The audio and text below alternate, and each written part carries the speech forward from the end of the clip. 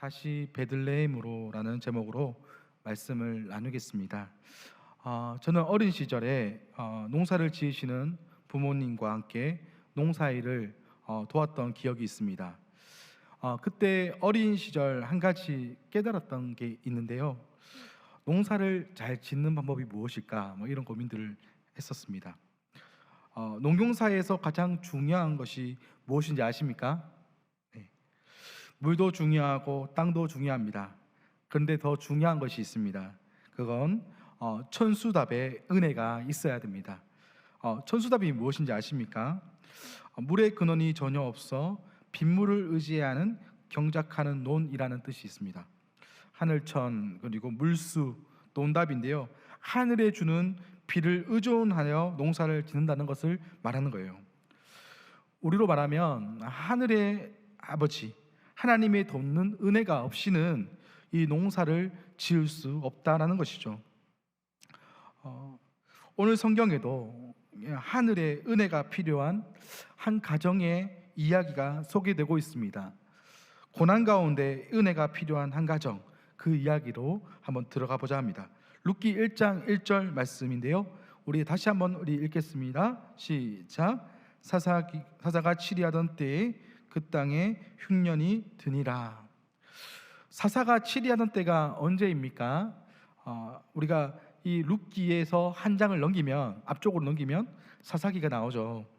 룻기와 사사기는 시기적으로 같은 시기에 쓰여져 있습니다. 사사기의 핵심은 무엇인지 아십니까? 아까 한 장 넘기면 사사기 21장 25절 말씀에 왕이 없으므로 사람이 각기 자기네 소견에 오른 대로 행하였더라, 이렇게 말하고 있어요. 이 사사기의 핵심 주제입니다. 왕이 없고 자기 뜻대로 살아가는 시대, 사사기였던 것이죠. 하나님을 왕으로 모시지 않고 자기 소견의 뜻대로 살았던 시대. 사사기의 독특한 전체 구조는 하나님께서 백성들에게 고난과 어려움을 주십니다. 그러면 이 고난이 어려움을 당하면 백성들이 어떻게 할까요? 하나님께 울고불고 부르짖게 됩니다. 살려달라고 막 울고불고 한 다음에 다시 회복되면 어떻게 됩니까? 또 다시 죄를 짓습니다. 이게 사사기 사이클입니다. 죄, 압제, 강구, 구원, 망각, 이 반복되는 사이클이에요. 사사기 2장 1절에 말씀 보면요, 복임이라는 말이 나옵니다. 무슨 뜻이냐면 복임, 우는 자들이란 뜻이거든요. 하나님 앞에 울고 불고 회개하는 것 같아 보이지만 또 범죄하는 거예요. 이게 바로 사사기의 전체적인 흐름입니다. 그런데 그 시대에 하나님께서는요, 한 가정을 이 클로즈 밥에서 오늘 룻기서를 써내려가는 것이죠. 그런데 이 룻기 이 시기에 흉년이 들었습니다. 안타까운 일이 벌어진 것이죠. 어려움이 닥쳤습니다. 그런데 이들이 살고 있던 지역이 어디입니까? 베들레헴이에요. 베들레헴. 베들레헴은 어디입니까? 신약에 보면 베들레헴에서 누가 태어납니까? 예수님이 태어나는 곳이 베들레헴입니다. 베들레헴의 이름을 해석하면 이제 우리 표현으로 쉽게 말하면 떡집, 빵집 같은 뜻인데요. 지금으로 말하면 떡보의 하루, 빵으로 표현한 파리바게뜨 같은 그런 존재죠. 양식이 있는 곳, 먹을 것이 풍족한 곳, 영의 양식이 있는 곳. 이 베들레헴, 이 떡집, 이 빵집에 흉년이 들었다는 것은 우리 표현으로 우리 현대판으로 말하면 파리바게뜨에 지금 먹을 것이 하나도 없다는 거예요. 내일은요, 내일도 없어요. 한 달 뒤면요, 한 달 뒤에도 없는 거예요. 얼마나 슬픈 일입니까? 빵 좋아하시는 분들은 되게 슬픈 일이죠. 지금 열심히 농사를 짓고 수확을 하려고 했는데 아무것도 없는 비참한 상황. 열심히 밤새도록 일을 했어요. 일을 했는데 다음 달에 월급을 못 받는 비참한 상황, 그런 상황인 것이죠. 이 베들레헴, 하나님이 다스리는 땅에 흉년이 들었습니다. 하나님이 고난과 어려움을 주셨다는 것이죠. 왜냐하면 이스라엘의 영적 사이클, 사사기의 사이클, 영적인 타락, 죄로 인해 하나님은 이스라엘에게 주신 징계인 것이죠. 하나님은 자녀에게만 주시는 것이 있습니다. 이것이 뭐냐면 징계라는 거예요. 사사기 전에 이 출애굽기에 보면요, 이스라엘이 40년 광야 생활을 했습니다. 이스라엘 백성들은 죄를 지었고요, 하나님은 그들을 어떻게 합니까? 정결하게 하기 위해서, 또 그들을 재창조하기 위해서 광야에서 그들을 훈련시키고 그들에게 또 때로는 징계도 하시고 그런 시간들을 가정들을 훈련시키는 것이죠. 고난을 통해서 하나님의 백성이 하나님께로만 온전히 바라보도록, 하나님만 온전히 의지하도록, 하나님께만 온전히 순종하도록 만드는 곳이 어디입니까? 광야입니다. 근데 여러분, 나오미의 가장이 어떻게 보면은 이 훈련이라는 시간, 어떻게 보면 이 흉년이라는 시간에 어떻게 합니까? 삐딱선을 타는 거예요. 완전히 삐딱선을 타고 고향을 등지고 어디로 갑니까? 모압이라는 지역으로 그들은 이주를 가는 것이죠. 그 이야기가 2절. 네, 한번 그때 떠난 사람이 바로 2절 이야기죠. 자, 2절을 한번 같이 읽겠습니다. 시작. 그 사람의 이름은 엘리멜렉이요 그의 아내의 이름은 나오미요 그의 두 아들의 이름은 말론과 기룬이니 유다 베들레헴 에브라 사람이었더라. 그들이 모압 지방에 들어가서 거기 살더니. 2절 보니까 이 엘리멜렉의 아내는 누구예요? 나오미. 그리고 두 아들 말론과 기룬이 그들이 이주해서 이 모압이라는 지역에서 살기 시작합니다. 그런데 이 아버지였던 이 엘리멜렉, 이 히브리어로 이 엘리멜렉의 뜻은 멜레크 왕이라는 뜻과 하나님, 우리 엘로임 하나님, 이 뜻은 엘리멜렉의 이름의 뜻이 뭐냐면 나의 하나님은 왕이십니다. 나의 하나님은 왕이시다. 이런 뜻을 가지고 있는 아주 멋진 이름을 가진 존재가 누구예요? 엘리멜렉이에요. 그런데 문제는 그의 이름처럼 살지 않고 하나님을 떠나버린 것이죠. 이런과 상관없이 살아가는 거예요. 요즘 표현으로 말하면 김다니엘이 시내 술집에서 놀고 있는 거예요. 박유한이라는 사람이 나이트클럽에서 막 열심히 춤추고 있는 그런 상황처럼 보여집니다. 하나님께 삐딱선을 타고 다른 지역으로 가버린 거예요. 나의 하나님은 왕이십니다. 의 이름을 가진 엘리멜렉, 하나님을 등지고 떠났습니다. 이것을 우리 표현으로 하면 신앙에 문제가 생긴 거예요. 영적인 문제가 시작되는 거예요. 엘리멜렉이 이 가정, 지금 베들레헴을 떠나 이 모압 지방에 들어갑니다. 그런데요, 이 모압 지방을 우리가 좀 이해할 필요가 있어요. 이 모압 지방이 어떤 곳이냐? 이스라엘 지역에서 동쪽으로 한 100km 정도 떨어진 곳이에요. 저기 예루살렘, 이 베들레헴에서 이 모압까지 한 100km 정도 약입니다. 정확하진 않고요. 떨어진 곳입니다. 이 지역은 어떤 지역이냐면 창세기에 아브라함이 있었던 때로 돌아가야 됩니다. 이제 의미를 알려면요, 아브라함이 갈대아 우르를 떠나서 가나안으로 들어갈 때 누구를 데리고 갑니까? 당연히 아내를 데리고 갔고요. 그리고 조카 롯을, 이 세 사람이 들어갔습니다. 근데 하루는요, 땅이 너무 좁아서 이 종들이 싸우는데 아브라함이 조카에게 이렇게 딜을 하는 거예요. 너와 나는 한 민족이다, 한 추민족이다. 너가 좌하면 나는 우하고 너가 우하면 나는 좌리라. 얼마나 이 성품이 좋으십니까? 한번 예의를 갖춰서 너가 먼저 선택해라. 그러면요, 이 조카 롯이 센스가 있고 개념이 있어야지. 그러면 우리 삼촌이 먼저 하세요 이렇게 해야 되는데, 그게 아니라 나는 어디로 선택했습니까? 조카 롯은요, 이 소돔과 고모라 아름다움이 펼쳐진 그곳을 바라보고 너무 좋네요, 이 땅을 선택하겠습니다. 그곳이 바로 소돔과 고모라이시죠. 지금으로 말하면 천당 밑에 분당급의 그 아름다운 곳이었습니다. 땅이 비옥하고 물이 넉넉한 곳 소돔과 고모라. 나중에 그곳이 어떻게 될까요? 타락해서 하나님의 그 심판이 이 소돔과 고모라의 유황불로 쏟아져 내릴 때, 그때 롯의 그 아내와 두 딸이 탈출하는데요, 근데 아내가 뒤돌아보다가 어떻게 됐습니까? 소금 기둥이 되고요, 그리고 두 딸만, 그리고 이 롯과 나오게 되었어요. 근데요, 이 롯과 두 딸이 도망을 나왔는데, 그때 당시에 여성들에게 어떤 생각이 있었냐면 여자는 자녀를 낳아야 돼, 이런 생각이 있었던 거예요. 그래서 이 두 딸이요, 아버지에게 술을 먹이고 동침을 해서 낳은 아들의 이름이 뭐냐면 모압이라는 이름과 벤암이라는 아이를 낳게 된 거예요. 거기서부터 이 모압이라는 족속이 만들어지고 이 모압 지역이 형성되게 된 거예요. 그곳, 이 모압 지역입니다. 그곳에 엘리멜렉의 가족들이 이주하게 된 것이죠. 이 모압 지역은 이스라엘의 우호 관계가 좋지 못한 땅이었고요, 하나님이 이 모압 사람들과 함께 하지도 말라고 했던 곳이 바로 모압이었던 거예요. 신명기 23장 3절 말씀에 보면 이렇게 말합니다. 암몬 사람과 모압 사람은 여호와의 총회에 들어오지 못하리니 그들에게 속한 자는 10대뿐 아니라 영원히 여호와의 총회에 들어오지 못하리라. 그러면 이 어떻게 보면 저주와 같은 이야기를 이 신명기 말씀 중에서 이 모압과 암몬, 한마디로 말하면 하나님이 버린 것 같은 곳, 모압 자손들이 있는 그 곳은 하나님의 은혜가 없어 보이는 그곳입니다. 근데요, 그곳에 굳이 그 하나님의 은혜가 없는 그곳에 굳이 누가 갑니까? 이 엘리멜렉의 가정이 그곳에 이사로 들어가게 되는 것이죠. 여기까지가 2절 이야기입니다. 이제 곧 아침 8시입니다.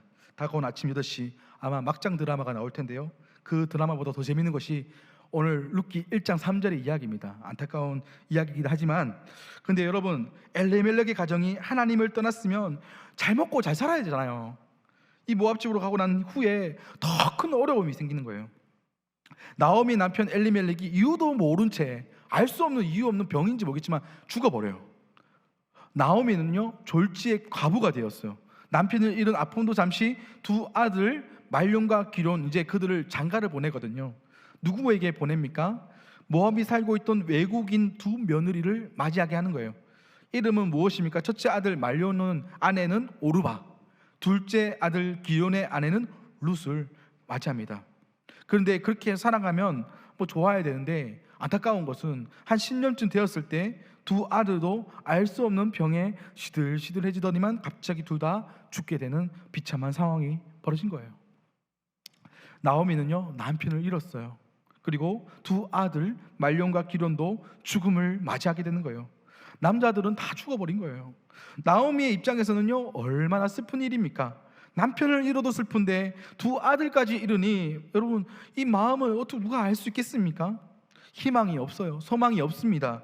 먼 타국으로 와서 고생만 죽도록 하다가 모든 것을 잃어버린 나오미, 그는 신세 한탄을 하면서 이것이 이대로 끝나버리면 막장 드라마잖아요. 아무것도 소망이 없는 그곳에서 끝나버리면 안타까운 드라마로 끝나는데, 그런데요, 하나님은요, 이 나오미를 주목하시고 작은 희망, 작은 불씨를 주시기 시작합니다. 그 내용이 바로 6절 말씀입니다. 우리 6절 말씀을 같이 함께 읽겠습니다. 시작. 그 여인이 모압 지방에서 여호와께서 자기 백성을 돌보시사 그들에게 양식을 주셨다함을 듣고 이에 두 며느리와 함께 일어나 모압 지방에서 돌아오려 하려. 여러분, 절망의 끝자락에서, 낭떠러지에서 나오미가 들은 것이 무엇입니까? 하나님이 자기 백성들을 돌보사 베들레헴에 양식을 허락하시고 양식을 주셨다는 것을 말하는 거예요.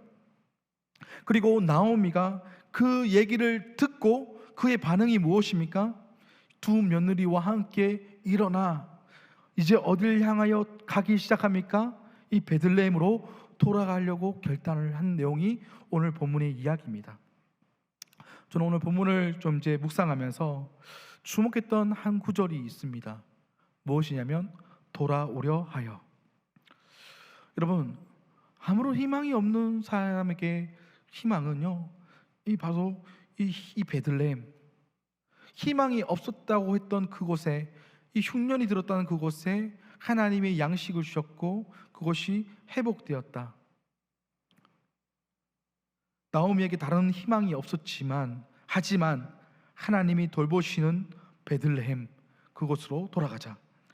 하나님이 다시 베들레헴을 돌보시고 양식을 주셨다는 말에 그는 돌아가기로 결단했습니다. 저는 오늘 본문을 묵상하면서 지금 이 시대에 우리에게, 성도들에게 주시는 메시지지 않을까라는 생각을 해보았습니다. 우리 인생을 돌아보면 우리의 모습이 이 엘리멜렉이라는 이름, 그리고 그의 삶과 모습이 우리의 모습이지 않는가 한번 돌아봅니다. 교회는 다니고요, 이 크리스찬이라는 이름을 갖고 있지만 우리는요, 하나님을 그렇게 인정하지 않아요.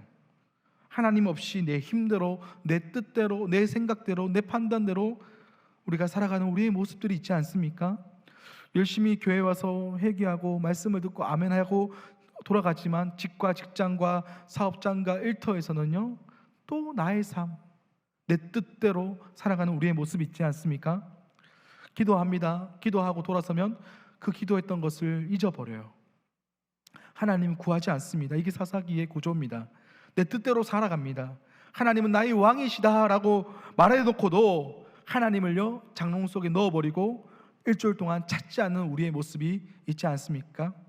우리 신앙의 모습이 아닌가 돌아봅니다. 엘리멜렉이 잘못한 것이 무엇입니까? 하나님이 거하시는 이 베들레헴, 그곳에서 비록 흉년이 들었지만 그곳에서 살아가는 것이 우리 그리스도인들의 삶의 모습인 거예요. 세상의 힘, 세상의 방향, 세상이 지금 다 이렇게 하는데 나도 이렇게 살아야 돼, 이것이 아니라, 그래서 모압으로 떠나가 있는 그런 인생이 아니라 하나님이 거하시는 그곳, 하나님의 말씀이 있는 그곳, 하나님의 은혜가 부어지는 그곳에서 살아가는 것이 우리 그리스도인의 삶의 모습이라는 것이죠. 그런데요, 막 열심히 우리가 내 힘으로 열심히 살아가지만 내 힘으로 잘 되는 것이 없어요. 오히려 내 힘으로 살다 보니까 나는 힘이 소진되었고 힘은 하나도 없고 내 영혼은 더욱더 침체되고 어려움만 남게 되는 것이죠. 그럴 때 여러분, 우리가 깨달아야 될 것이 있습니다. 그것이 무엇입니까? 우리 여호와께 하나님의 말씀으로 이 양식이 있는 베들레헴으로 돌아가는 것입니다. 여러분, 이 베들레헴이 어떤 곳인지 아십니까? 아까 제가 서두에 이 베들레헴 떡집, 빵집이라고 비유했는데요, 이 베들레헴은요 예수님이 태어난 곳이기도 하지만 예수님의 그 말씀과 양식이 풍족한 곳, 은혜가 있는 곳, 그곳이 베들레헴입니다. 우리 말씀의 양식을 우리 먹고 살아야 됩니다. 말씀의 은혜를 날마다 경험해야 됩니다. 여러분, 예수님께서 우리에게 주신 말씀, 요한복음 6장 47절에서 51절 말씀인데요, 우리 이 말씀을 우리 같이 함께 읽겠습니다. 시작. 진실로 진실로 너희에게 이르노니 믿는 자는 영생을 가졌나니 내가 곧 생명의 떡이니라.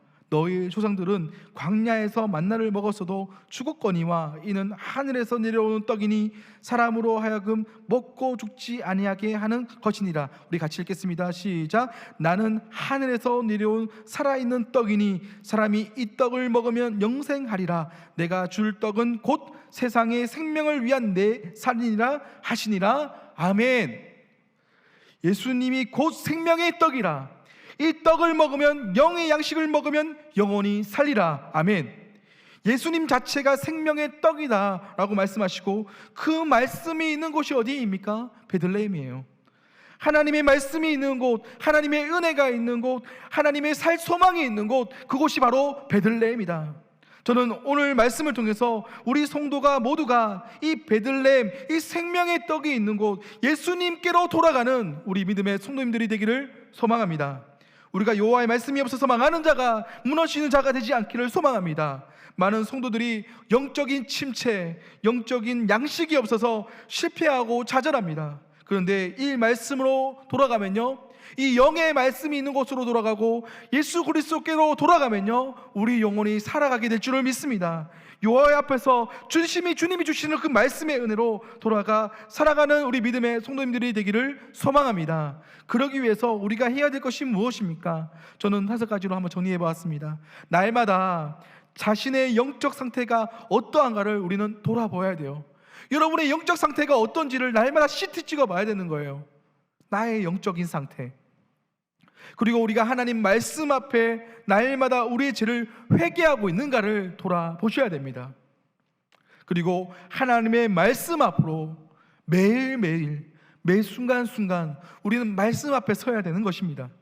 매 순간 말씀으로, 기도로 나아가야 되는 거예요.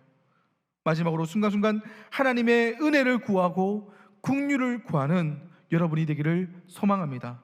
오늘 다시 베들레헴으로, 말씀이 있는 곳으로, 예수 그리스도께로 우리가 나아가 영적인 우리 삶을 살아가는, 매 순간 하나님 말씀으로 몸부림치는 우리 믿음의 성도님들, 그리하여 날마다 하나님이 주시는 은혜와 말씀을 풍족하게 누리고 살아가는 여러분이 되기를 소망합니다.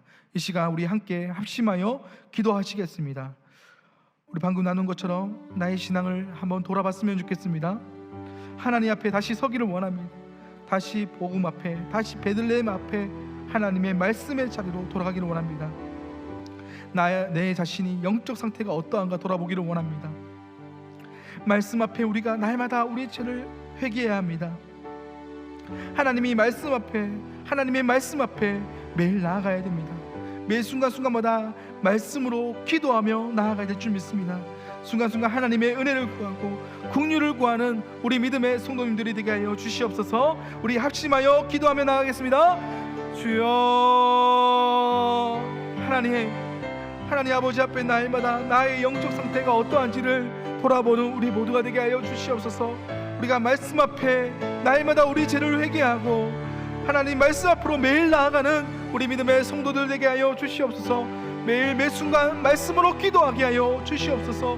순간순간 하나님의 은혜를 구하고 긍휼을 구하는 우리 믿음의 성도들 되게 하여 주시옵소서. 하나님 아버지, 일부 예배 나온 우리 믿음의 성도들, 하나님 아버지 부단히 힘들고 지치고 영적으로 아버지 무너져 있는 우리 성도들의 마음이 있다면 하나님 그들을 일으켜 세워주시고 하나님 말씀 앞에, 하나님 그리스도 예수 앞에 날마다 주님의 그 십자가 앞에 다시 한번 더 나와서 그 십자가의 은혜를 경험하고 우리를 위하여 십자가 지신 주님을 바라보며 날마다 그 십자가를 참으신 예수 그리스도를 바라보며 달려가는 아버지, 우리하여 날마다 인내하고 아버지 이 땅을 살아가는 고통 가운데서도 하나님 십자가를 붙들고 하나님이 주시는 든든히 주시는 하나님의 능력과 은혜를 경험하며 달려가는 우리 믿음의 성도들 될 수 있도록 인도하여 주시옵소서. 다른 것을 의지하지 않겠습니다. 다른 아버지 것을 바라보지 않겠습니다. 세상의 이 모함을 바라보지 않겠습니다. 다른 어떤 힘을 의지하지 않겠습니다. 다른 어떤 것을 바라보지 않겠습니다.